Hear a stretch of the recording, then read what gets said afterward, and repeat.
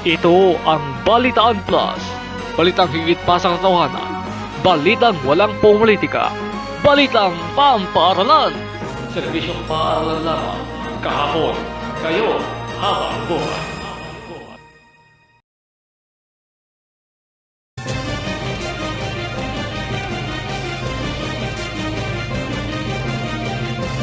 Sa Metro Blatter, 4 na suspect sa pandurukot sa senior citizen sa Parañaque. Pumanaw na ayon sa PNP Anti-Kidnapping Group.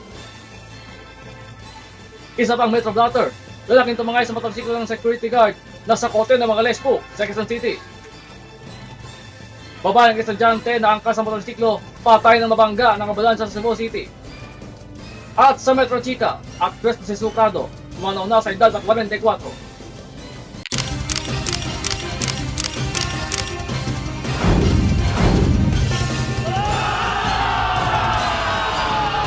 Kapag may kaguluhan sa reyong iyon, gumagalaw ang presyo. Ang ICC prosecutor na si Mame Mandiaye pa rin napapatidan ang kanyang mga taga-suporta. Sa ulat ng DNI 17 enero 27, News News.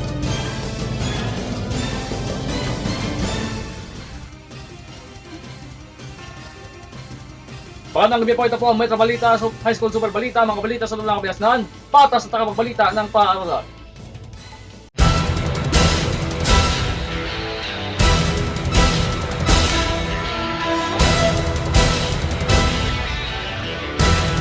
Mga kabalitaan, sa Metro Blatter, 4 suspect sa pandurukot sa senior citizen sa Parañaque. Pumanaw na ayon sa PNP Anti-Kidnapping Group.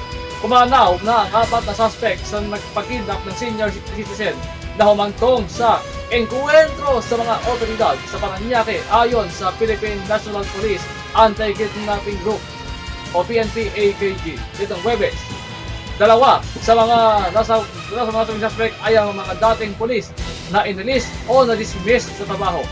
Samantala, isang National Bullet Investigation ng NBI naman identification card ang namataan sa isa pang suspect. Sibilyan naman ang isa pang suspect.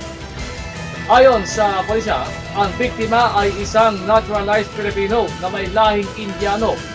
Umalis ang biktima sa kanyang opisina sa Parañaque City bandang alas 5:30 ng hapon nitong Martes at pauwi na sana sa Makati City nang mangyaring siya ay dukutin. Iniulat ang insidente bandang alas 10 ng gabi nang manugang ng biktima matapos ang sunod-sunod na mga nakababahalang tawag mula sa mga suspect.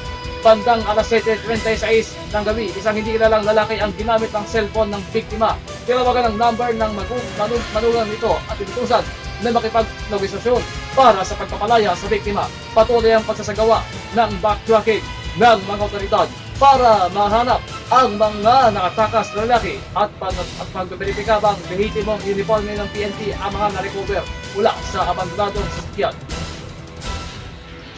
Samantala sa isa pang Metro Blatter, lalaking tumangay sa motorsiklo ng CQ nasa kote ng mga polis sa Quezon City. Nadakip ang isang 38 anyos na lalaki matapos umanong makita ng security guard na may-ari ng motorsiklo na tinangkan niyang natangayin o nakawin sa labas ng isang palengke sa Cubao, Quezon City. Sa ulat ng DCHM 927 Internet YOM nitong Huwebes, sinabi nag-ikot ang security guard sa palengke nang maganap ang insidente sa Erwin Garcia Street itong Martes. Tumapa sa investigasyon na mismong suspect din umano ang lalaking nakagit sa CCTV sa Tomas Morato Avenue. Tanghali ng linggo na may tinangay ding nakaparadang motorsiklo. Saklaw ng Kamuning Police City Station ang pinangyarihan ng insidente, kaya agad nilang nakipag-ugnayan sa Cubao Police Station. Reklamong paglabag sa New Anti-Carnapping Act at paglabag sa Comprehensive Firearms and Ammunition Regulation Act ang kakaharapin ng suspect. May dagdag reklamo pa siyang nakakaharapin dahil sa naunang ninakaw ng motorsiklo sa Tomas Morato. Susunod na! Babaeng estudyante na angkas ng motorsiklo sa Cebu City, patay ng mabangga ng ambulansya. At sa Metro Chica, actress na si Suklado, pumanaw na sa edad na 44. Datayin sa pagbabalik ng Metro Balita.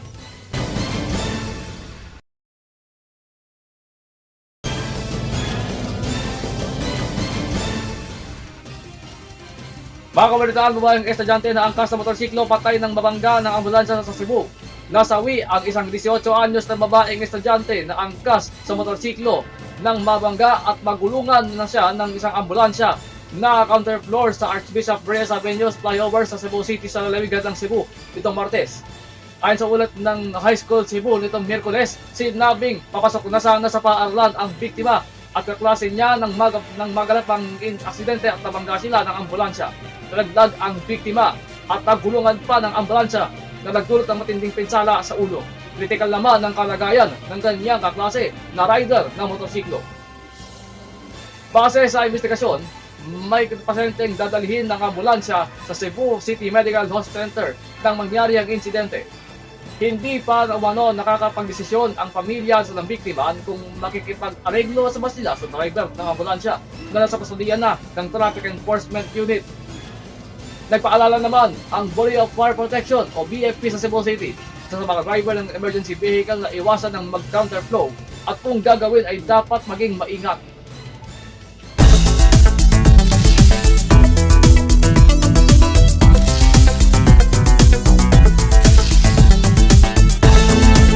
Samantala sa Metro Chica, veteranong ng aktres na si Sue Prado, umanaw na sa edad ng 44. Umanaw na ang kilalang indie na actress na si Sue Prado sa edad ng 44 kung kumirma ng kanyang kapatid na si May Shireen Prado. Sa Facebook post ni May Shireen, sinabi niyang pumanaw si Sue Prado noong Abril 14. Hindi naman idinetalye ang sanhi ng kanyang pagkamatay. Kilala si Sue Prado sa hindi mabilang na Cinemalaya Film Festivals, kabilang sa mga pinakatanyag niyang pelikula ang Oro, Barber's Tale, Delma at Tansin at iba pa. At yan po ang kabuuan ng mga balita sa loob at labas ng Kalakahang Maynila, nangungunang bantay ng Metro. Para sa iba pa mga balita, mangyaring subaybayan kami sa balitaanplus.ph.com o mag-email sa officialbalitaanplus@gmail.com. Nababayin na rin po kami sa DCHS, DCHM at iba pang mga istasyon ng Radyo High School yan nationwide. Sa ngalan po ni Mutyang Bayan, Sinitas Para, ito po ang dilingkod, Arkin Juan David Gawayaon. Ito mga balita sa Black Metro Balita.